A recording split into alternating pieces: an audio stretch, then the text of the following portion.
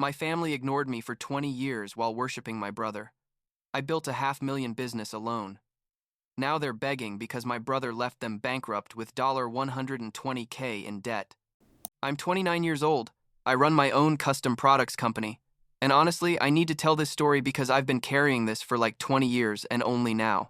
After everything that happened, do I feel like I can put it into words? The thing is, I grew up being basically invisible in my own home. And when I say invisible, I'm not exaggerating or being dramatic. Literally, my parents acted like I was just another piece of furniture, while my younger brother Chase was, the center of the universe. I guess I should start from the beginning so you understand how we got to where we are now. Chase was born when I was like 4 years old, and from that moment, everything changed. Before that, my first years of life, I think my parents were normal with me, but honestly, I barely remember anything from that time. What I do remember perfectly is how from the moment Chase came home, my mom, Nancy, and my dad, Gregory, started treating me differently. Like my only purpose in life was to not be a bother while they focused on the baby. At first, I thought it was normal, right? Like, the baby needs more attention. It's logical. But the thing is that dynamic never changed. Chase grew up and continued being the golden child, the kid who could do whatever he wanted, while I became the son who was just there, taking up space. When we were like 9 and 5, respectively, the favoritism was already super obvious. Chase wanted piano lessons, boom, they bought him a piano. Chase wanted to play soccer, my parents went to all his games with signs and screaming like crazy. Meanwhile, I was at home doing my homework alone, because nobody remembered to ask me if I needed help or if I had anything important at school. One time I won first place at a science fair. I designed this whole system to purify water using recycled materials, and when I got home all excited with my trophy, my dad barely looked up from the newspaper and said, "Oh, that's nice, Victor," and then immediately asked Chase how his baseball practice went. He didn't even ask me what the project was about, nothing. The truth is, I learned from very young not to expect anything from them. I became super independent, out of necessity, not choice. I learned to cook because nobody made me food. If my parents were busy with Chase's activities, I learned to do my laundry, to fix my things when they broke. Basically, I raised myself inside my own house. And the crazy thing is, my parents didn't even notice, or if they noticed, they didn't care. To them, I was the quiet son, the one who didn't cause problems, so I didn't need attention. Chase, on the other hand, was extroverted, charismatic, always needed something, and they went out of their way to give it to him. The moment that really marked me, like the moment where I realized this wasn't just neglect, but conscious favoritism, was when I was like 16 years old. I was in my junior year of high school and had entered a youth entrepreneurship competition. No. One of those where you present a business idea and compete against other students. I worked months on my proposal. It was a platform to connect small local businesses with customers who wanted personalized products, like kind of what I do now, but in super basic version. The thing is, I won. They gave me first place and a $5,000 prize to develop the idea. I was euphoric. It was the first time I felt I had achieved something really big. I got home with that giant check they give you for photos and everything, expecting that this time, my parents would get excited for me. And you know what happened? My dad was in the living room with Chase, who was like 12 years old at that moment, and they were looking at designs Chase had made for a logo for a school project. When I showed them the check and told them I had won the competition, my dad literally said, "Oh, congratulations," and then turned to Chase and said, "Look, son, this type of creativity is what's going to take you far. Your logo is incredible." He didn't ask me anything about my idea, didn't want to see my presentation, nothing. My mom wasn't even home. She had taken Chase to the doctor earlier because he had a mild cold and stayed with him all afternoon, like it was the bubonic plague or something. That night, lying in my bed, I made a decision. I realized I was never going to receive recognition or support from my parents, so I decided I was going to build my own life without needing them. I used the $5,000 from the competition to start researching custom product manufacturing, bought basic secondhand equipment, took free online courses about design and marketing. Nobody in my house knew what I was doing because, honestly, nobody cared enough to ask. I did well in school, didn't cause problems, so they assumed I was fine and focused on Chase. During my senior year of high school, while my parents spent thousands of dollars on Chase's extracurricular activities and preparing him to get into the best possible university, I was in my room, running a small business from my laptop. I made custom t-shirts, mugs, hats, whatever. I started selling to schoolmates for events, then to small local businesses that needed merchandise, and little by little, I grew. I wasn't making much, but it was mine. I had built it myself without anyone's help. When the time came to decide what to do after graduating, my parents had a family meeting. Well, more like a meeting with Chase, where I was present. The topic was college. Chase was going to enter high school, and my parents were already planning how they were going to save to send him to a prestigious university. They talked about education funds and about selling the extra car to make sure Chase had everything he needed. When my dad Gregory finally remembered I existed, he asked me, "And what are you going to do, Victor? I assume you'll apply to some state university or something, right?" He didn't even assume I would, want, or could go to something better. I told them I had applied to several universities and was waiting for responses, but the truth is, I had already made my decision. I had a small fund of money I had saved from my business, and I had found an opportunity in another state where I could expand what I was doing. A guy I had met online, an entrepreneur who sold sublimation and screen printing equipment, had offered me a part-time job in his warehouse and access to his machines outside business hours if I helped him with maintenance. It was perfect. I could learn more about the business, use professional equipment, and keep growing my own company. 2 weeks after graduating, I packed my things and moved. My parents barely reacted. My mom Nancy was more worried because Chase had final exams and needed the house to be quiet. My dad gave me like $200 and said, "Good luck with your life. Hope you know what you're doing." There was no long hug, no tears, nothing. Chase didn't even come down from his room to say goodbye. He was playing video games with his friends. The first months in the new state were hard. I'm not gonna lie.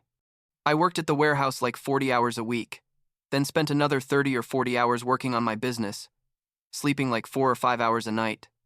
I lived in a super small studio that smelled weird, and where the hot water only worked half the time. But it was mine, you know. It was my space and nobody was ignoring me or comparing me to someone else. Little by little, I started getting more clients, improved my website, invested in better equipment, and by the time I had been away from home for a year, I was making more from just my business than I was making at the warehouse. Meanwhile, according to what I heard on the occasional calls with my parents, well, more like the calls where they called me to tell me about Chase, my brother was living his best life. He had gotten into an expensive private high school, was on the debate team, in the Entrepreneurs Club, had plans to study business at a top university. My parents talked about him like he was the next Steve Jobs or something. Meanwhile, I told them my business was going well, and they said, "Oh, that's good, Victor. I'm glad," and then changed the subject back to Chase. Chase graduated from high school when I was like 22 years old, and my parents threw a giant party, invited all their friends, rented a hall, the whole thing.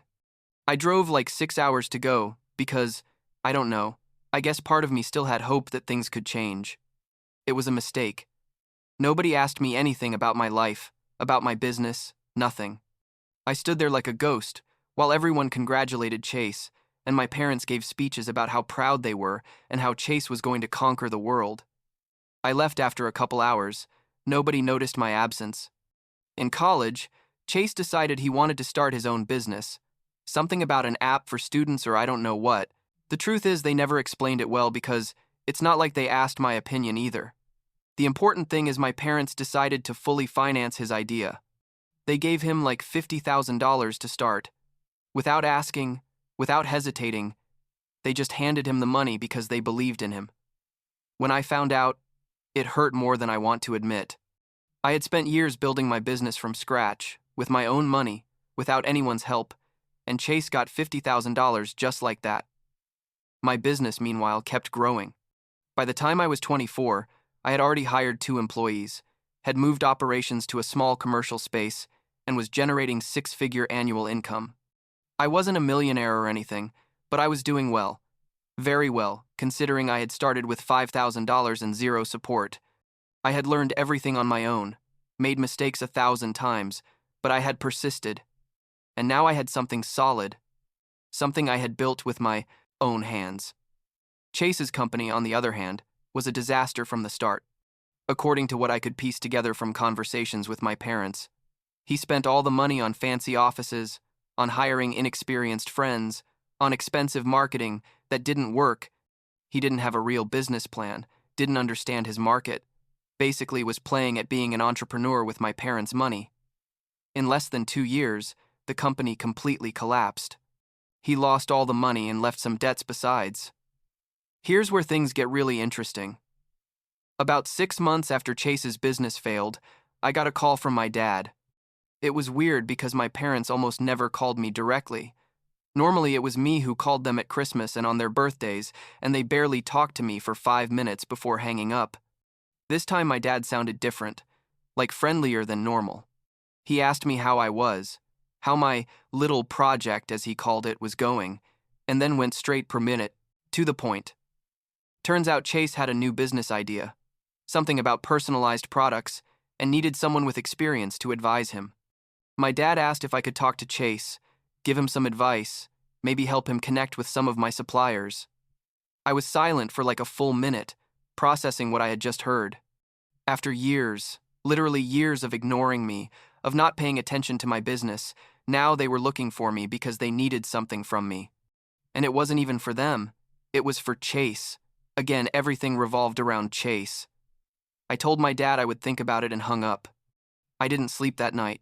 I was furious, hurt, but there was also something satisfying about knowing they finally recognized I knew what I was doing. Like 2 weeks passed before I talked to my dad again. This time, I was the one who called, and what I said basically changed the whole family dynamic forever. I told him, Dad, about helping Chase with his business. The truth is, I don't think he needs my help. He already has all the support and resources he needs from you guys. And then I added, by the way, my little project, as you call it, is generating around $400,000 a year. I have 8 employees now, and I just signed a contract with a regional chain to provide all their merchandise.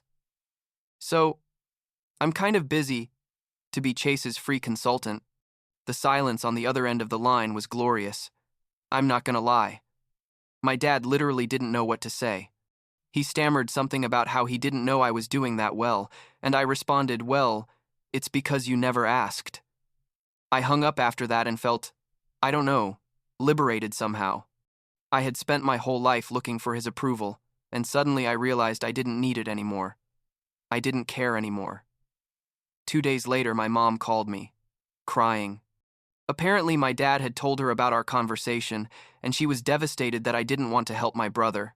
She started telling me we were family, that families support each other.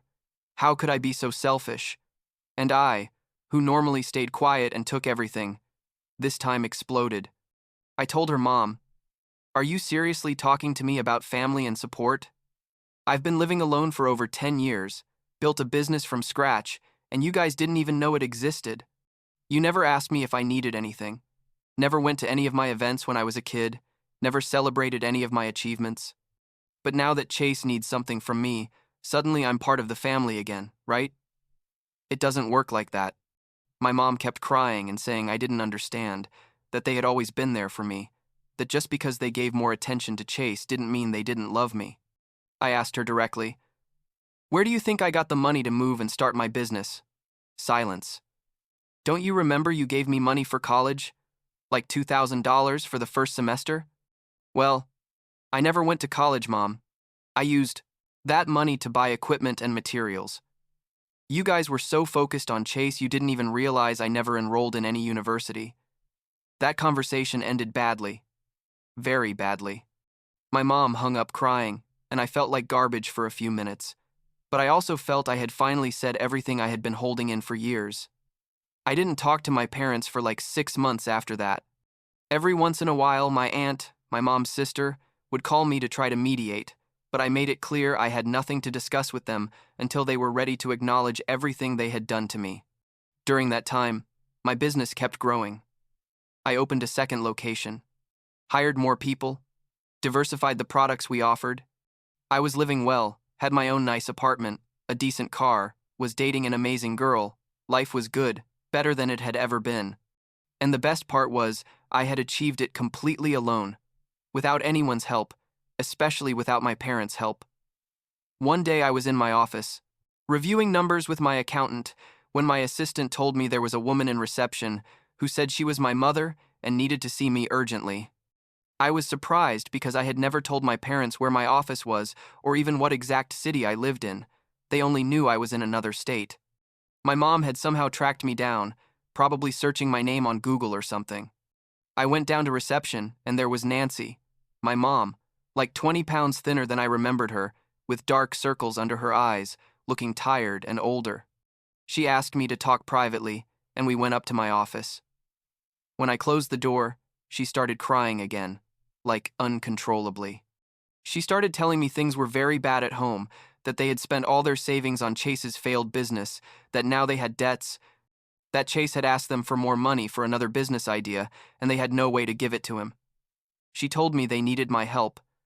Not just advice for Chase, but real, financial help. I just listened to her, without saying anything. When she finished talking, I asked her, "And where's Dad? Why didn't he come to ask me this?" She told me my dad was too proud to come ask for help, that it had taken her weeks to convince him to let her come alone. I told her, "Mom, for years you guys ignored everything I did, everything I achieved.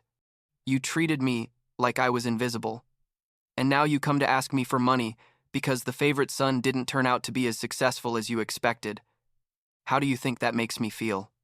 She started saying she regretted it, that they had made mistakes, that they hadn't realized how much they had hurt me. But I told her, "The problem, Mom, isn't just that you didn't realize, it's that you didn't even try to realize.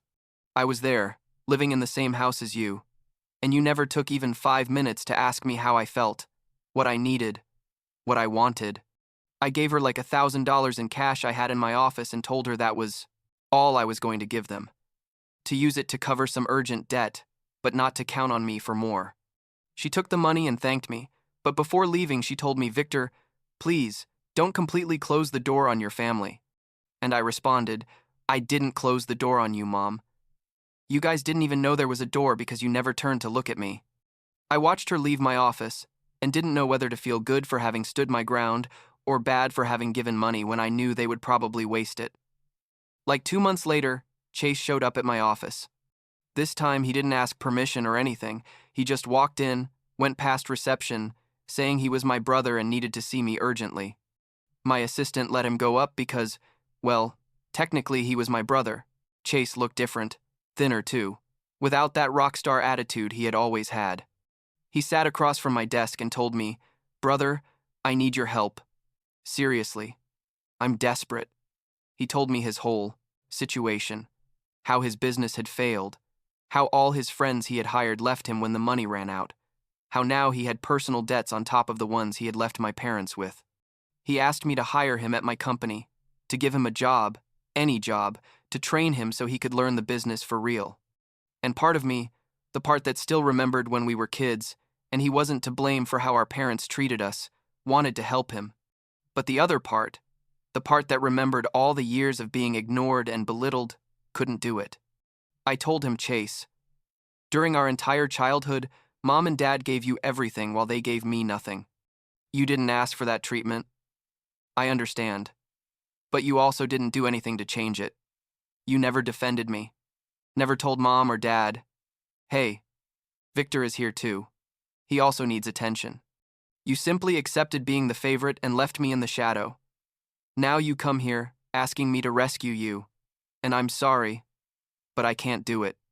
You need to learn to fend for yourself, like I had to do." Chase got angry, started yelling at me that I was selfish, that family helps each other. How could I be so resentful? I told him to leave my office and not come back. I called security to make sure he left and told my assistant Chase was no longer allowed in the building. It was hard, like very hard. But I knew that if I gave in now, I was going to be rescuing him the rest of my life. Things got worse for my parents. My aunt called me like 3 months later to tell me they had lost their house. Literally, the bank took it because they couldn't pay the mortgage plus all the debts they had. They had to move to a small apartment, sold almost everything, and were living with the minimum. Chase, meanwhile, had decided he couldn't handle the pressure of being near my parents and his failures, so he had moved 2 states farther away and barely talked to them. The golden child had abandoned them when they needed him most. One day, I received an envelope by certified mail. Inside was a handwritten letter from my mom, like 6 pages long, where she told me their whole situation in detail. She told me my dad Gregory had fallen into a depression, that he barely got out of bed, that he had put all his self-esteem in Chase's success, and now that Chase had failed and abandoned them, he didn't know how to go on. She told me she was working part-time at a store because they needed the money, but it wasn't enough. She begged me to reconsider helping them, not with a lot of money, just enough to survive while they stabilized. The letter affected me more than I expected. As much as I was angry with them, they were still my parents, you know.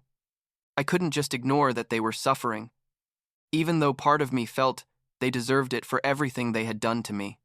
I spent weeks not knowing what to do, talking about it with my girlfriend, with my therapist I had started seeing because this whole situation was affecting me more than I wanted to admit. Then my aunt called me again, but this time she was more serious. She told me, "Victor, you need to know something. Your parents are being sued by one of Chase's partners from his failed business. Apparently they signed as guarantors for a loan Chase took, and now they're coming to collect from them. They could lose what little they have left, including their pensions. Your dad is considering filing for bankruptcy. I just wanted you to know because I know they're trying to protect you from all this. But I think you deserve to know." That night, I didn't sleep. I was awake until 5 in the morning, thinking about what to do. On one hand, my parents had treated me terribly my whole life, had ignored me, belittled me, basically made me feel like I was worthless. But on the other hand, seeing them completely destroyed didn't make me feel better, didn't give me the satisfaction I thought it would. In the end, I decided I had to do something, but it was going to be on my terms, with clear boundaries. I called my mom the next day. The conversation was weird. I was nervous, and she was surprised I was calling. I told her, "Mom, I heard about the lawsuit and about everything that's happening. I'm going to help you, but I need you to understand this comes with conditions. First, this is one time. I'm not going to become your permanent source of income. Second, I want both you and Dad to go to therapy. You need to work on your problems and on your relationship with me. Third, Chase can't know anything about this. If he comes asking for money again, you have to tell him no, without involving me." My mom accepted everything without hesitating. She was crying again, but this time with relief. I told her I was going to visit them the following weekend to see exactly what their financial situation was and how I could help them best. When I hung up, I felt strange, like I had made a decision that was going to change everything, but I didn't know if for better or worse. The weekend I visited my parents was intense. Their apartment was small, like a 1-bedroom with integrated kitchen, nothing like the 3-bedroom house where we had grown up. My dad looked finished. Honestly, his hair was much grayer. He had lost weight and barely looked me in the eyes. My mom made coffee, and we sat in their small living room to review all their financial papers. The situation was worse than I thought. Between the debts from Chase's business they had guaranteed, the credit cards they had used to keep the business afloat longer, and the personal loans they had taken out, they owed like $120,000. Their house had been lost because they had stopped paying the mortgage to give priority to Chase's debts. It was a complete disaster. I asked my dad, "How did you let it get to this?" And he just shook his head and said, "I believed in your brother. I thought he was going to make it." I spent the whole weekend with them, reviewing every detail of Created, their finances, talking to a lawyer about the lawsuit, organizing a realistic payment plan. In the end, I decided I was going to pay the most urgent debts, the ones that could lead them to bankruptcy or losing their pensions, that added up to like $40,000. The rest they were going to have to pay themselves with a payment plan. I helped negotiate with the creditors. I also got them a session with a financial advisor so they could learn to manage their money better. Before leaving, I had a serious conversation with both of them. I told them this isn't an automatic forgiveness for everything that happened. You guys hurt me deeply for years, and that doesn't get erased because I'm helping you now. But I also don't want to carry that resentment the rest of my life. If you really want to have a relationship with me, it's going to have to be different from how it was before. You're going to have to make an effort. You're going to have to see me as your son, not as plan B when Chase doesn't work out. My dad finally looked me in the eyes and told me, Victor, I have no excuse for how we treated you. I was so blinded by my vision of what Chase could be that I didn't see what you already were. I'm sorry. My mom also apologized, said she had failed as a mother, that if she could turn back time, she would do everything differently. I don't know if they really meant it or if they were just saying it because I was helping them, but at least it was a start. Now, like 6 months after all that, things are weird, but better, I guess. My parents are going to therapy, both together and individual, and they call me every 2 weeks or so to chat. The conversations aren't just about them and their problems anymore. Now they ask me about my business, about my life, about my plans. It's still uncomfortable because we're not used to this type of relationship, but we're trying. Chase, for his part, is still in another state and barely talks to them. According to my mom, he called, once like 3 months ago, asking for money again, and she told him they had nothing to give him, that they were barely surviving. He got angry and hasn't called since. Part of me feels sorry for him because they basically raised him to fail, gave him everything without teaching him how to work for things or how to handle failure. But another part of me thinks he's an adult now and needs to take responsibility for his decisions. I continue with my business, which is now generating over $500,000 a year. I hired a general manager last month so I could have more free time because I realized I was working 70 hours a week and basically replicating the same pattern as my parents of focusing only on one thing and ignoring everything else. I'm trying to have more balance, to enjoy what I've built instead of just chasing the next goal. Last week, my dad called me just to ask how I was, without any hidden agenda, without asking me for anything. We talked for like 20 minutes about silly things, the weather, a show he's watching on Netflix, how his doctor's appointment went. At the end of the call, he told me, I'm proud of you, Victor, of everything you've achieved. And I, instead of feeling that familiar pain of needing that validation, just told him, thanks, Dad, I'm proud of me too. And it was true. I don't know if we'll ever have a completely normal relationship. Probably not. There's too much history, too much pain. But at least now we're trying, and that's more than we had before. And most importantly, I learned I don't need their approval to know my worth, that I can be successful and be okay without them recognizing it, although honestly it's nice that they finally do.